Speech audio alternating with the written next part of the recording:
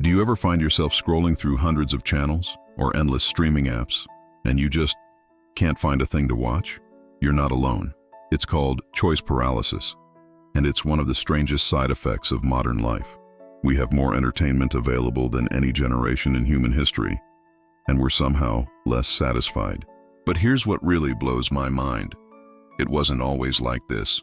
In fact, it's hard to imagine now, but many of us grew up in a time when the choices weren't endless. They weren't even dozens. They were three. That's right. For most Americans from the 1950s through the early 1980s, there were only three channels: ABC, NBC, and CBS. Maybe, if you were lucky and the wind was blowing just right, you could pick up a fourth, grainy channel from the next town over. PBS came along later, adding educational programming to the mix. But that was it. And you know what? We were grateful for those three channels. Today, I want to take you back to that era, not just to feel nostalgic, though we'll definitely do that, but to really examine what television meant when it was scarce, when it was communal, when it was an event. Because understanding where we came from might just help us understand why we feel so lost with 500 channels at our fingertips. Let's go back to the three-channel era. Imagine waking up on a Saturday morning in 1975. You're a kid and you're excited because today is Cartoon Day. But here's the thing, cartoons only came on Saturday morning. That was it. If you slept in until noon, you missed them. If you had a soccer game, you had to choose cartoons or sports. No DVR, no YouTube Kids, no streaming service with every episode of Scooby-Doo ever made, available 24/7. This was the three-channel universe. ABC, NBC, and CBS weren't just TV networks. They were cultural gatekeepers. They decided what America watched and when. And because everyone was watching the same handful of shows, television created a shared cultural experience unlike anything we have today. Think about this. When MASH aired its final episode in February 1983, 125 million people watched it. That's roughly half of the entire United States population at the time, all gathered around their TV sets at the exact same moment. Can you imagine that happening today? What show could possibly unite half the country? Even the Super Bowl, our most watched annual event, only reaches about 120 million viewers in a country of 335 million. Back then, if you wanted to be part of the cultural conversation, you had to watch what everyone else was watching. There were no niche streaming services, no YouTube channels catering to your specific interests. You watched what was on, or you didn't watch anything at all. The networks understood their power, and they wielded it strategically. They developed something called tentpole programming. They'd put a really popular show at 8 p.m. to get you watching, then follow it with a new or less popular show at 9 p.m., hoping you'd be too lazy to change the channel. Remember, changing the channel required getting up and walking across the room, and it worked. Shows became hits simply because they followed other hits. The networks could literally create success through strategic scheduling. Now, this system had some serious drawbacks. Because the networks were trying to appeal to the broadest possible audience, programming became very safe, very middle of the road. Controversial topics were avoided. Niche interests were ignored. If you were interested in something that didn't appeal to tens of millions of people, you were out of luck. This is why cable TV in the 1980s felt so revolutionary. Suddenly, there were channels dedicated to music videos, 24-hour news, science fiction. You could actually find programming that spoke to your specific interests. But in the three-channel era, we all watched the same thing. And there was something powerful about that shared experience, even if the content itself wasn't always perfect. Of course, not everyone had the exact same experience. If you lived in a major city like New York or Los Angeles, you might have had access to independent stations earlier on. If you lived in a rural area, you might have struggled to get even three channels to come in clearly. I remember my grandmother in rural Pennsylvania who had a TV antenna on a tall pole outside her house. Sometimes the signal would just disappear. We'd all be watching a show and suddenly the screen would go to snow. Someone would have to go outside and physically rotate the antenna until the picture came back. And you know what? We accepted this. It was just how television worked. The idea that you could watch crisp, clear, high-definition content on a device in your pocket while sitting on a bus would have seemed like pure science fiction. But let's talk about the TV itself, because this is where things get really wild. The television wasn't just a screen, it was furniture.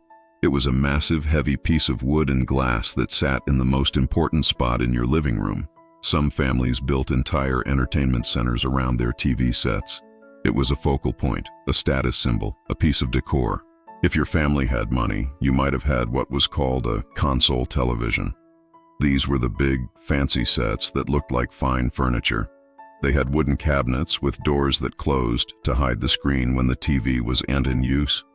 Some of them even had built-in record players or radios. These things weighed hundreds of pounds. When you moved to a new house, moving the TV was a major operation. You needed multiple people, a dolly, probably some cursing, and a prayer that nobody threw out their back. And once it was in place, that TV wasn't moving again unless absolutely necessary. You built your living room around it. The couch faced the TV, the chairs angled toward the TV. Your entire home's layout revolved around the television's location. Here's the craziest part. There was no remote control, at least not for most families until the late 1970s or early 1980s. If you wanted to change the channel, you were the remote control. You'd have to get up from the couch, walk all the way over to the set, and turn a big clunky dial, and it made this loud, satisfying sound. K-chunk, K-chunk. You'd turn it clockwise through the channels, 2, 3, 4, 5, and so on. Most of those positions were just static, but you'd know which numbers had actual channels. The screen would go fuzzy between stations, sometimes staying fuzzy for a second or two while the TV searched for the signal. You'd stand there, waiting for the picture to resolve, before heading back to the couch. And heaven forbid if the rabbit ear antennas on top needed adjusting. You know those V-shaped antennas that sat on top of the TV? They were called rabbit ears because, well, they looked like rabbit ears. They were how your TV picked up the broadcast signal, and they were temperamental. Sometimes the picture would be clear. Other times it would be snowy or ghosted or rolling vertically, and the only solution was to adjust the rabbit ears. You'd twist them, turn them, extend them, scrunch them down, trying to find that perfect position where the signal came in clear. And here's the thing. Sometimes the perfect position involved a human being standing there, holding the antenna. You'd find just the right spot, the picture would clear up, and someone on the couch would yell, "That's it! Hold it right there!" And you'd be like, "What, forever? I can't stand here all night."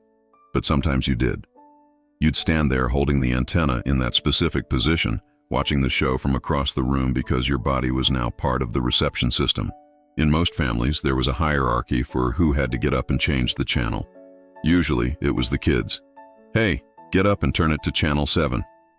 And you'd groan and haul yourself off the couch to do it. This created an interesting dynamic. Whoever was closest to the TV had the most power. The dad in his recliner closest to the set could easily get up and change it. The kids sprawled on the floor were even closer. But Mom, sitting on the far end of the couch, she'd have to request a channel change. This is actually why the introduction of the remote control was so revolutionary. It democratized TV watching. Suddenly, whoever held the remote had the power, regardless of where they were sitting. This led to a whole new family dynamic, the battle for the remote. Early remote controls were wild. Some of the first ones weren't even electronic. They were ultrasonic. They used high-frequency sound waves to change the channel.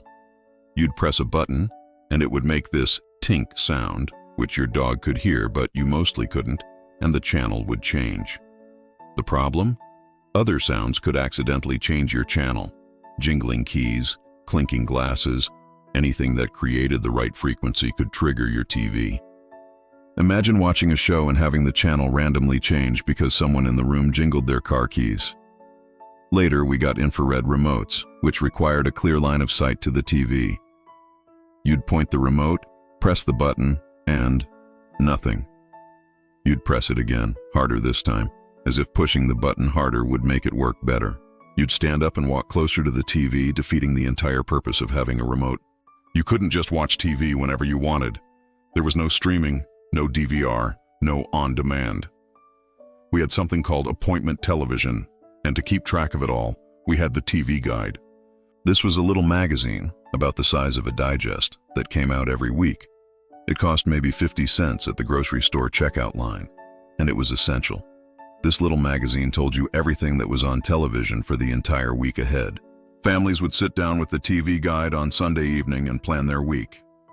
You'd get a pen, circle the shows you wanted to watch, and then organize your life around those times. Can't have dinner at 8 on Thursday. That's when Cheers is on. The TV guide wasn't just a reference. It was a planning tool, a conversation starter, and a collector's item. People saved them. They'd keep years' worth of TV guides in boxes, creating an archive of what was on television. Shows aired once. That was it. If you missed an episode, you missed it. Forever. Well, not forever. They'd eventually rerun it during the summer when new episodes weren't being produced. But you'd have to wait months, and you'd have to hope you caught it the second time around. This created a sense of urgency around television. You had to be on that couch at the right time, or you'd be left out of the cultural conversation the next day. Remember, there was no internet, no spoilers online, no social media. But there were conversations at work, at school, around the water cooler.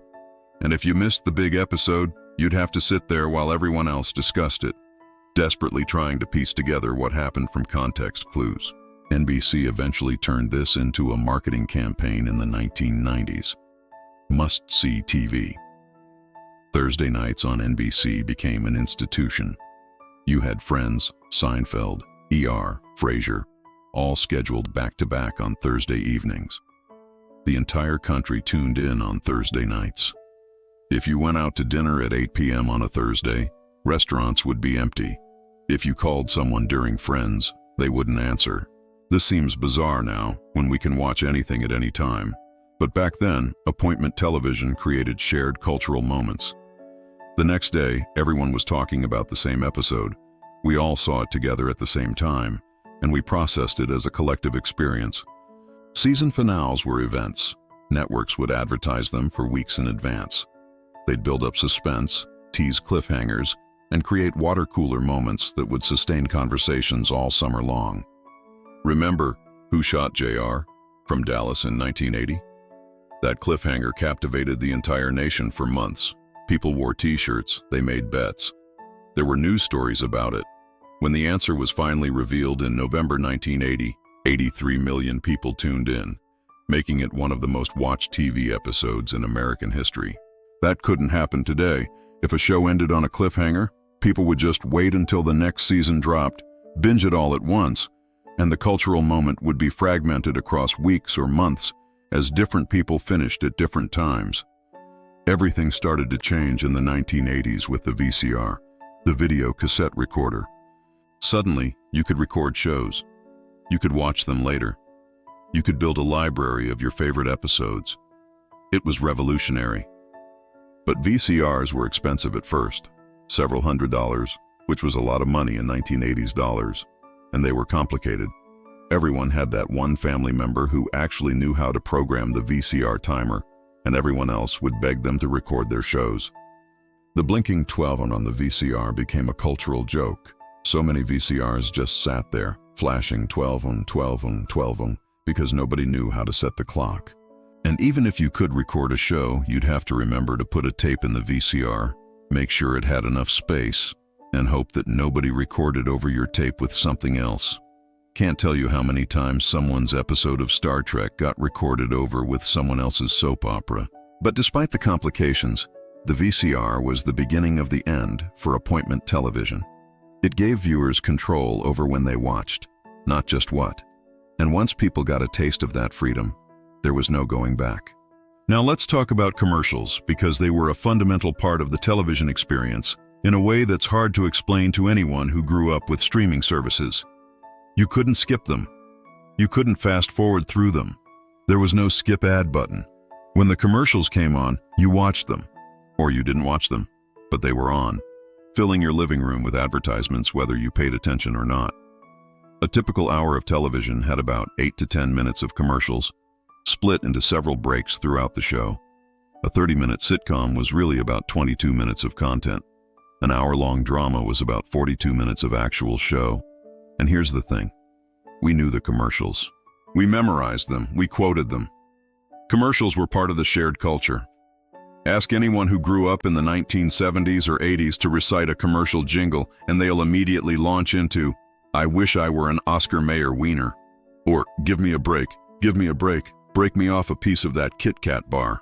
We can still remember the Coca-Cola commercial from 1971 where people from around the world sang, "I'd like to buy the world a Coke."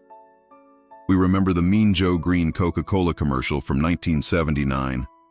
We remember "Where's the Beef?" from Wendy's in 1984. These weren't just ads, they were cultural phenomena. Everyone saw them, everyone talked about them.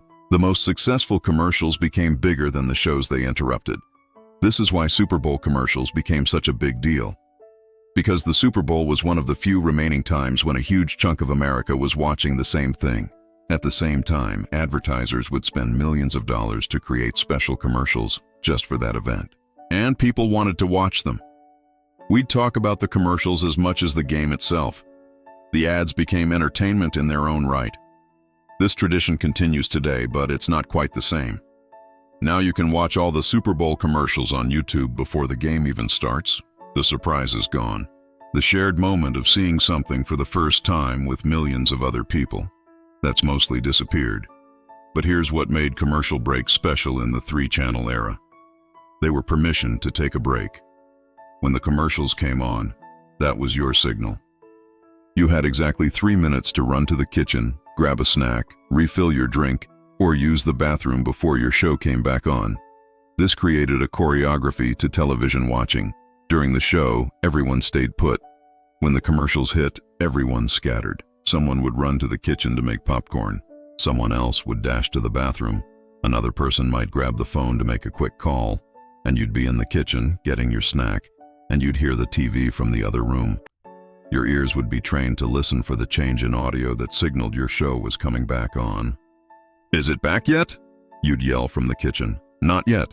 Still commercials." Then, a moment later, it's starting," and you'd run back to the couch with your snacks, sliding into place just as the show resumed. There was actually strategy involved in commercial break timing. Networks knew that people used commercial breaks to leave the room, so they'd try to sync their commercial breaks across all 3 major networks. Why? Because if NBC went to commercial, but ABC and CBS were still showing their programs, viewers might flip to another channel during the break and get hooked on a different show. But if all 3 networks went to commercial at the same time, viewers had no reason to channel surf. They might as well stay put. This led to a weird synchronization where many popular shows would have commercial breaks at roughly the same time. The entire nation would collectively get up to use the bathroom at 8:15 p.m. on a Thursday night. Water companies actually noticed this. During major TV events, water usage would spike during commercial breaks as millions of people flushed toilets simultaneously. It became known as the commercial break effect on water systems. The commercial model started to fall apart when cable TV introduced commercial-free premium channels in the late 1970s and early 80s. HBO, Showtime, Cinemax. These channels didn't have commercials at all. You paid a monthly subscription fee, and in exchange, you got uninterrupted movies and original programming. This was mind-blowing. You could watch a movie from start to finish without a single interruption. And the movies were uncensored, with all the content that would have been cut for broadcast TV. It was the beginning of the end for advertiser-supported television as the dominant model. People got a taste of commercial-free viewing, and many decided they liked it better, even if they had to pay for it. So here we are today. We have 500 channels. We have multiple streaming services, each with thousands of movies and shows. We can watch anything, anytime, on any device. We can pause live TV, skip commercials, and binge entire seasons in a weekend. It's amazing, it's convenient, it's overwhelming. Because here's the paradox. With unlimited choice, we often can't choose anything. We scroll and scroll and scroll, looking for the perfect thing to watch. And an hour later, we've watched nothing but previews. Psychologists call this choice paralysis or analysis paralysis. When we have too many options, we get anxious about making the wrong choice. We worry we'll commit to a show only to find out there was something better we missed. So we keep searching, keep scrolling, keep hoping the next page will reveal the perfect option. In the three-channel era, we didn't have this problem. You turned on the TV, you saw what was on, and you either watched it or you didn't. The decision was simple, because the options were limited. There's something we lost in the transition from 3 channels to infinite streaming: the shared cultural experience. When you talked about a show the next day at work or school, you knew that everyone had seen that same episode at that exact same time. You were all processing it together. You were part of a collective experience. Today, cultural conversations around TV shows are fragmented. Someone binged the whole season the day it dropped. Someone else is watching 1 episode per week. Another person is 3 episodes behind and avoiding spoilers. We're all watching the same show, but we're not watching it together. The magic of Monday morning, when everyone would gather and talk about what happened on TV the night before, that's mostly gone. We've traded that communal experience for personal convenience, but let's be fair, we've gained a lot too. We have incredible diversity of content now. If you're interested in something niche, vintage car restoration, competitive baking, true crime documentaries about obscure cases, deep dives into specific historical periods, there's a show for you. In the 3-channel era, if you had minority interests, you were out of luck. The networks had to appeal to the broadest possible audience, which meant a lot of middle-of-the-road programming. Now, creators can make shows for specific audiences. Communities that were never represented on broadcast television now have entire channels and streaming services dedicated to their stories. That's genuinely wonderful, and the quality of television has arguably never been higher. With streaming services competing for subscribers, they're investing billions of dollars in prestige programming. We're in what many call the golden age of television, with cinematic quality shows, complex storytelling, and A-list talent. So is it better now, or was it better then? That's not really the right question. It's just different. The 3-channel era had its own kind of magic. The anticipation of waiting for your favorite show, the ritual of gathering with family around the TV, the shared cultural moments that unified an entire nation, the simplicity of limited choices. The streaming era has its own magic. The freedom to watch what you want, when you want. The incredible diversity of content. The ability to discover obscure shows that speak to your specific interests. The power to control your own entertainment experience. We've traded one set of advantages for another. We've exchanged communal experience for personal freedom. We've swapped simplicity for abundance. I sometimes wonder what it would be like to go back, to have just 3 channels again, to gather around the TV at 8 p.m., knowing that millions of other people are watching the same thing at the same moment. But then I remember adjusting those rabbit ear antennas, standing there holding them at just the right angle while everyone else watched the show. I remember missing episodes because I wasn't home at the exact right time. I remember watching commercials I'd already seen 100 times because I had no other choice. And I realize I don't really want to go back. I just want to remember what it was like. I want to honor that era, appreciate what it gave us, and understand how it shaped us. Because whether we had 3 channels or 300, television has always been about more than just the shows. It's been about gathering, about sharing, about being part of something larger than ourselves. And maybe, just maybe, we can find ways to recreate that sense of community even in our age of infinite choice. Watch-along parties online, group chats during shows, water cooler conversations that respect spoiler boundaries. The technology has changed, the options have multiplied, but the human desire for shared stories, that's timeless. Thanks for taking this trip down memory lane with me. If you remember the 3-channel era, drop a comment and tell me, what's your favorite memory of TV back then? What show did you never miss? What commercial jingle is still stuck in your head after all these years? And if you're too young to remember any of this, tell me. Does any part of the 3-channel era sound appealing to you? Or does it just sound like torture? I'd love to hear your thoughts. Thanks for watching. I'll see you in the next one.